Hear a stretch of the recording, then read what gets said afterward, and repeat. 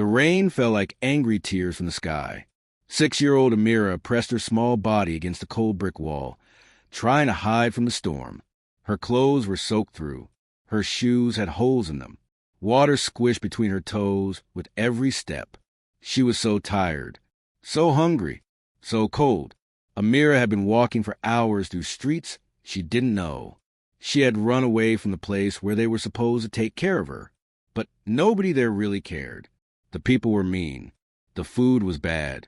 And last night, something scary happened that made her run. Now she was lost in a neighborhood where everything looked expensive and perfect. Big houses stood behind tall iron gates. Fancy cars sat in clean driveways. Lights glowed warm and yellow through windows, and Amira could see families inside eating dinner together, laughing together. She wanted that so badly it hurt her chest. Just one safe place, she whispered to herself. Just one night where I'm not scared. Thunder crashed above her head. Amira jumped and started walking faster. Her legs felt like rubber. Her stomach growled, so loud it seemed louder than the thunder. Then she saw it. At the end of a long driveway sat the biggest house Amira had ever seen. It looked like a castle from fairy tales a nice librarian used to read to her. It had white pillars, big windows, and lights that made it glow like gold. But that wasn't what caught Amira's attention. Near the side of the house, under a small roof, sat a doghouse. It was bigger than most dog houses, almost as big as a small shed. It had a real roof to keep the rain out. It looked warm, safe, dry. Amira's heart beat faster. She looked at the mansion, then back at the doghouse. Maybe, just maybe, if she asked really nicely, they would let her sleep there, just for one night. She wouldn't steal anything. She wouldn't cause trouble. She would leave in the morning before anyone even knew she was there. Taking a deep breath, Amira walked up the long driveway. Her feet left wet footprints on the perfect stone path. She had almost reached the front door when it suddenly opened. A man stepped out, talking on his phone. He was tall, wearing an expensive suit that probably cost more than everything Amira had ever owned in her whole life. His shoes were shiny. His watch sparkled. Everything about him screamed money and power. This was Callahan Reed, though Amira didn't know his name yet. She just knew he looked important. And scary.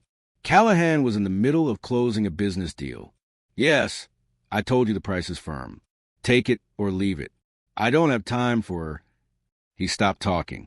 He had seen her. A tiny girl, no bigger than a whisper, standing in his driveway. She was completely soaked. Her hair stuck to her face. Her big brown eyes looked up at him with something that made his chest feel strange. Hope mixed with fear. I'll call you back, Callahan said into his phone, not taking his eyes off Amira. For a long moment, neither of them spoke. The rain pounded around them. Lightning flashed in the distance. Are you lost?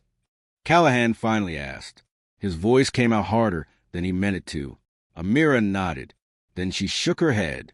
Then she didn't know what to do, so she just stood there, shivering. Callahan looked around, expecting to see parents running up to claim their child. But the street was empty. Just rain and darkness and this impossible little girl. Where are your parents? He asked. I don't have any, Amira said quietly. Her voice was so small, he almost didn't hear it over the storm. Something twisted in Callahan's stomach. He made millions of dollars every day. He owned buildings in 12 cities. He had everything money could buy. But right now, standing in front of this child, he felt completely lost. You need to go home, he said, but his voice was softer now. Where do you live? Amira's eyes filled with tears. Nowhere good. I can call someone. The police or... No, Amira said quickly, fear flashing across her face. Please don't call anyone. I just need somewhere to sleep.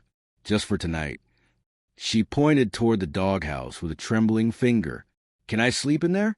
In the doghouse? I promise I won't bother your dog. I won't take anything. I'll be really quiet. I just don't want the rain to touch me anymore. Callahan's mouth fell open. She was asking to sleep in his dog's house. His dog, a golden retriever named Biscuit who had his own bedroom inside the mansion, who ate organic food, who had more toys than most children. This little girl, who looked like she hadn't eaten in days, was asking if she could sleep in a doghouse. Something inside Callahan cracked. He thought about his own daughter, the one he'd lost 5 years ago to a car accident. She would have been around this age now. She would have had the same hopeful eyes, the same small voice. The memory hit him like a punch to the gut. "Please," Amira whispered again. "Just a night." Callahan looked at his mansion. He looked at the doghouse. He looked at this brave, broken little girl who was asking for the smallest bit of kindness. And in that moment, something changed inside him. He made a decision that would change both their lives forever. "You're not sleeping in any doghouse," Callahan said firmly. Amira's face fell. She thought he was saying no. She turned to leave, her shoulders slumping in defeat. "Wait," Callahan said. Amira stopped. Callahan walked down the steps, took off his expensive suit jacket, and wrapped it around Amira's small, shaking shoulders. It swallowed her like a blanket. "You're coming inside," he said. And before she could say anything, before he could change his mind, Callahan picked up Amira and carried her toward his front door. The little girl who had asked to sleep with the dogs was about to enter a palace, and nothing would ever be the same again. The front door of Callahan Reed's mansion swung open, and Amira's eyes grew wide. She had never seen anything like this in her whole life. The floor was made of shiny marble that looked like a mirror. A huge staircase curved up to the second floor like something from a princess movie. Crystal lights hung from the ceiling, sparkling like frozen stars. Everything was clean and perfect and beautiful. Amira felt like she was dreaming. "Mr. Reed?" A woman's voice called out. "Is everything all right?" A tall woman in a neat uniform came rushing into the entrance hall. This was Margaret, the head housekeeper. She had worked for Callahan for 10 years and thought she had seen everything, but she had never seen this. Her boss, the man who never let anything mess up his perfect schedule, was standing in the doorway, soaking wet, holding a small child who looked like she had been living on the streets. "Margaret," Callahan said calmly, though his heart was beating fast. "This is Amira. She needs help." Margaret's professional mask slipped for just a second. She saw Amira's wet clothes, her thin arms, her frightened eyes. Then her face softened. "Oh, you poor dear," Margaret said, rushing forward. "Let's get you warm." But Amira pressed closer to Callahan. She didn't know if she could trust anyone yet. Callahan was the first person in a long time who had been kind to her. "It's okay," Callahan said gently. "Margaret is nice. She's going to help you." "Are you sure?" Amira whispered. "I promise." Slowly, Amira let Callahan put her down. Margaret knelt down, so she was at Amira's height. "How about a warm bath and some clean clothes?" Margaret asked with a smile. "And then maybe some hot chocolate?" Amira's eyes lit up. "Really? Really?" Within minutes, the entire household was buzzing. The cook, Mr. Chun, started preparing food. The gardener, Thomas, brought in extra blankets. Even Biscuit the dog came running, wagging his tail and licking Amira's hand like he knew she needed a friend. Callahan stood in his study, changing into dry clothes, and his hands were shaking. What was he doing? He was a businessman. He made deals. He built empires. He didn't rescue random children from the rain. That wasn't his job. But when he closed his eyes, he saw his daughter, Emily. She had died 5 years ago when a drunk driver hit their car. Callahan had survived. Emily hadn't. After that, Callahan had buried himself in work. He built walls around his heart, so thick that nothing could get in. No pain, no loss, no love. But tonight, something had broken through those walls. A knock on his door interrupted his thoughts. "Come in," he called. Margaret entered, looking worried. "Sir, I've drawn a bath for the child, but I think you should know. She has bruises, old ones and new ones, and she's terribly thin. I don't think she's been eating properly for weeks, maybe months." Callahan's jaw tightened. "Someone hurt her?" "It looks that way, sir." "Where are her parents?" "She says she doesn't have any. She mentioned a place she ran away from. It sounds like a group home or a foster situation that went very wrong." Callahan felt anger rising in his chest, hot and fierce. How could anyone hurt a child? How could anyone let a 6-year-old end up alone in the rain, so desperate that she would ask to sleep in a doghouse? I want to know everything, Callahan said. Find out where she came from. But don't call the police yet. Not until I know she'll be safe. Margaret nodded. She had worked for Callahan long enough to know that when he made a decision, nothing could change his mind. Upstairs, Amira sat in the biggest bathtub she had ever seen. It was full of warm water and bubbles that smelled like flowers. Margaret had given her toys to play with, rubber ducks and boats, and things Amira had only seen in store windows. She couldn't believe this was real. Any minute now, she thought, someone would wake her up and she'd be back in that cold place with the mean people and the bad food. But the water stayed warm. The bubbles stayed fluffy. And when she looked down at her arms, she saw they were finally clean. After the bath, Margaret dressed Amira in soft pajamas that were way too big for her. They belonged to Callahan's daughter, saved all these years in a closet no one opened. When Callahan saw Amira in Emily's old clothes, he had to turn away for a moment. The memory hurt, but it also felt right, somehow, like Emily was here, telling him this was what he needed to do. "Come on," Callahan said, his voice a little rough. "Let's get you some food." Amira followed him to the dining room. Her mouth fell open again. The table was huge, big enough for 20 people. But tonight, it was set for just 2, and on the plates was more food than Amira had seen in months. There was chicken and rice and vegetables and bread and fruit and cake and, "Is this all for me?" Amira asked in a tiny voice. "Eat as much as you want," Callahan said. Amira didn't need to be told twice. She started eating, tried to remember her manners, but also so hungry she could barely stop herself from grabbing everything at once. Callahan watched her and felt his heart breaking and healing at the same time. "Amira," he said gently, "can you tell me what happened? Why were you out in the rain?" Amira stopped eating. She looked down at her plate. "I was in a place," she said slowly. "A place where they keep kids who don't have families. But it was bad there. The people were mean. They yelled a lot. And one of the big kids, he tried to hurt me, so I ran away." "Where's your real family?" "My mama died when I was 4. I don't remember my daddy. He left before I was born." Amira's voice got even smaller. "Nobody wanted me after Mama died, so they sent me to that place." Callahan felt like someone had reached into his chest and squeezed his heart. "I'm sorry," he said, and he meant it. Not the kind of sorry people say when they don't really care, but the deep kind of sorry that comes from understanding real pain. "It's okay," Amira said, trying to be brave. "I'm used to it." "No," Callahan said firmly. "It's not okay. A child should never have to get used to being hurt, or being hungry, or being alone." Amira looked up at him with those big brown eyes. "Are you going to send me back?" The question hung in the air like a weight. Callahan thought about his empty mansion, his lonely life, his heart that had been closed for 5 years. He thought about Emily and how she would have wanted him to help. He thought about this brave little girl who had asked for so little, just a doghouse, just one night without rain, and how she deserved so much more.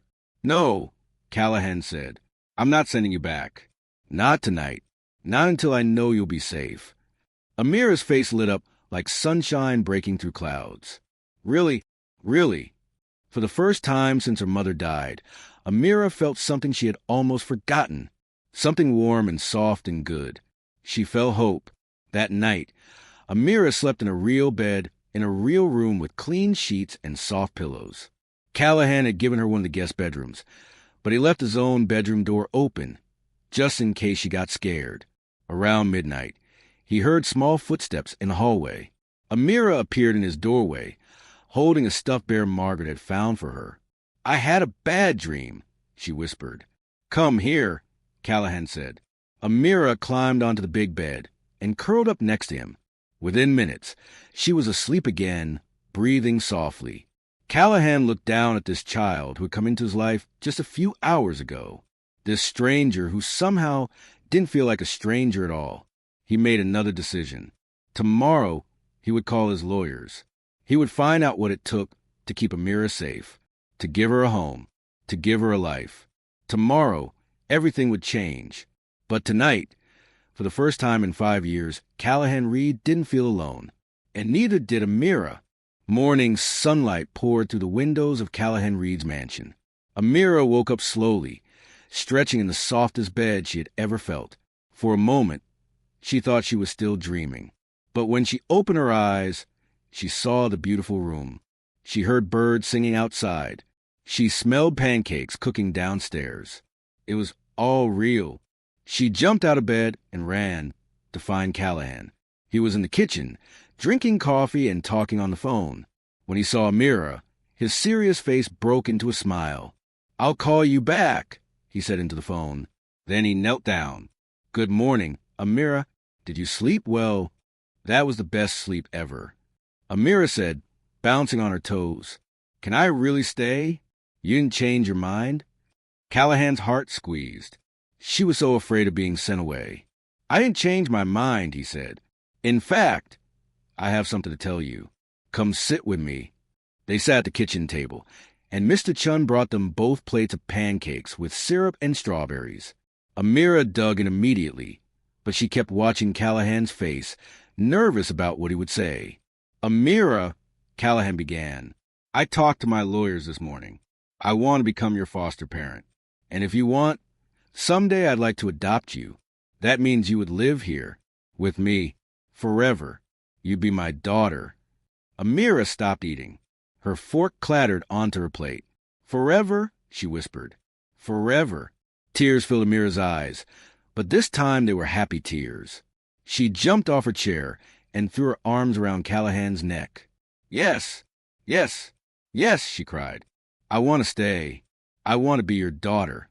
Callahan hugged her back, and for the first time in 5 years, he felt complete again. The hole that Emily's death had left in his heart didn't disappear. It would always be there. But now there was something new growing beside it. A new love, a new purpose, a new daughter. But this story doesn't end with just one happy ending. It was only the beginning. Word spread fast about what Callahan had done. Someone from the household staff told a friend. That friend told a reporter. And soon, the story was everywhere. Millionaire takes in homeless girl who asked to sleep in his doghouse. The headline appeared on news websites, on social media, on TV.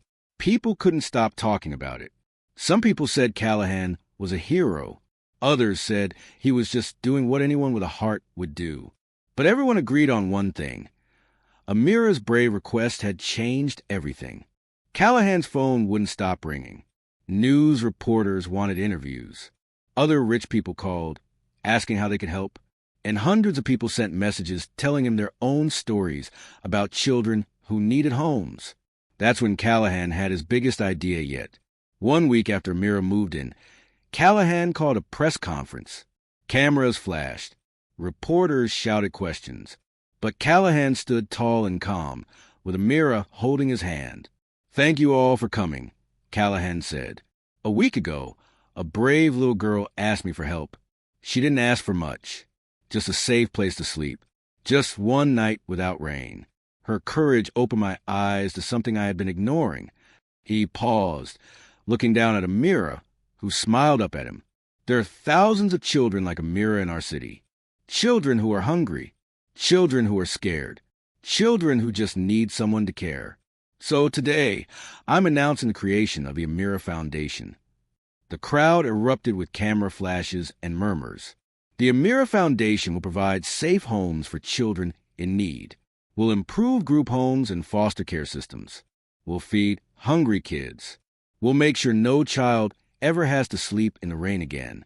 And I'm pledging $50 million to start. The room exploded with applause.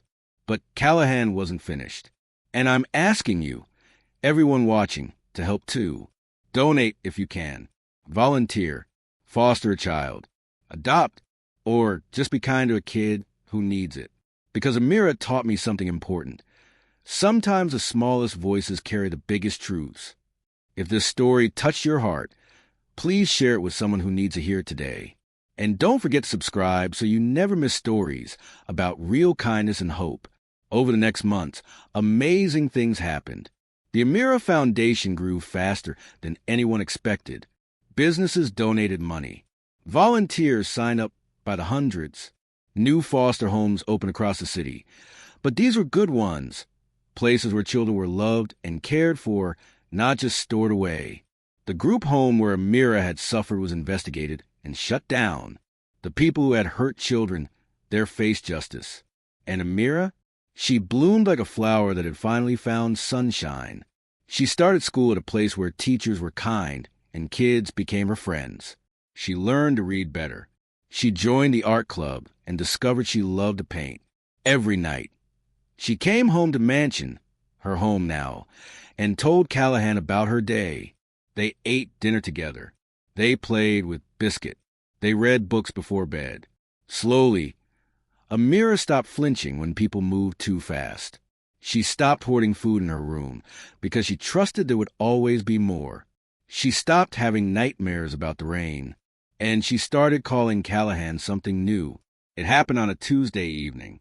They were sitting on the couch, watching a movie. Amira was snuggled under Callahan's arm, eating popcorn. "Dad," she said quietly. Callahan froze. "What did you say?" Amira looked up at him with those big brown eyes. "Can I call you Dad? Or is that weird?" Callahan felt tears building up, but he didn't try to hide them. "It's not weird at all. I'd be honored." "Okay, then, Dad, can we watch the next movie too?" Callahan laughed, a real laugh that came from deep in his chest. "Yes, we can watch whatever you want." 6 months after that rainy night, the adoption was official. Amira Reed became Callahan's legal daughter. She wore a fancy dress to court and held his hand the whole time. When the judge asked if she understood what adoption meant, Amira nodded seriously. "It means I get to keep my dad forever," she said. "And he gets to keep me forever, too." The judge smiled. "That's exactly right." The courtroom erupted in applause. 1 year later, Amira stood on the stage at the first annual Amira Foundation Gala. She was 7 now, a little taller, a lot braver. The ballroom was filled with people who had donated money and time to help children like her. "Hi, everyone," Amira said into the microphone, her voice clear and strong. "My name is Amira Reed. A year ago, I didn't have a home. I didn't have a family. I was so scared and alone that I asked a stranger if I could sleep in his doghouse." The room was completely silent. But that stranger, my dad, he didn't let me sleep in a doghouse. He brought me into his home, into his heart. And he didn't just save me. He created something that's saving other kids too. She pointed to a screen behind her where photos appeared. Photos of children who had been helped by the foundation. Kids who now had safe beds. Full stomachs. People who loved them. Because of what my dad started, over 200 kids have new homes. 5 group homes got better. And lots of families learned how to foster and adopt. All because one person decided to care. Amira looked at Callahan, who was sitting in the front row, tears streaming down his face. "My dad always tells me that the world changes when people choose kindness. So I want to ask all of you, please keep choosing kindness. Keep helping. Keep caring. Because somewhere out there, there's another kid like me, standing in the rain, hoping someone will see them." The entire room stood up and applauded. People were crying, smiling, inspired. And in that moment, everyone understood that this wasn't just a story about a millionaire helping a poor girl. It was a story about what happens when one brave request meets one open heart. It was a story about the power of compassion to change everything. If this story inspired you, please share it with friends and family. Like this video and subscribe to our channel for more stories that restore your faith in humanity. Drop a comment below telling us what kindness means to you. Remember, you don't need to be a millionaire to make a difference. You just need a heart willing to care. Together, we can make sure no child ever feels invisible again. Thank you for reading Amira's story. Now go out and create your own story of kindness. The world is waiting.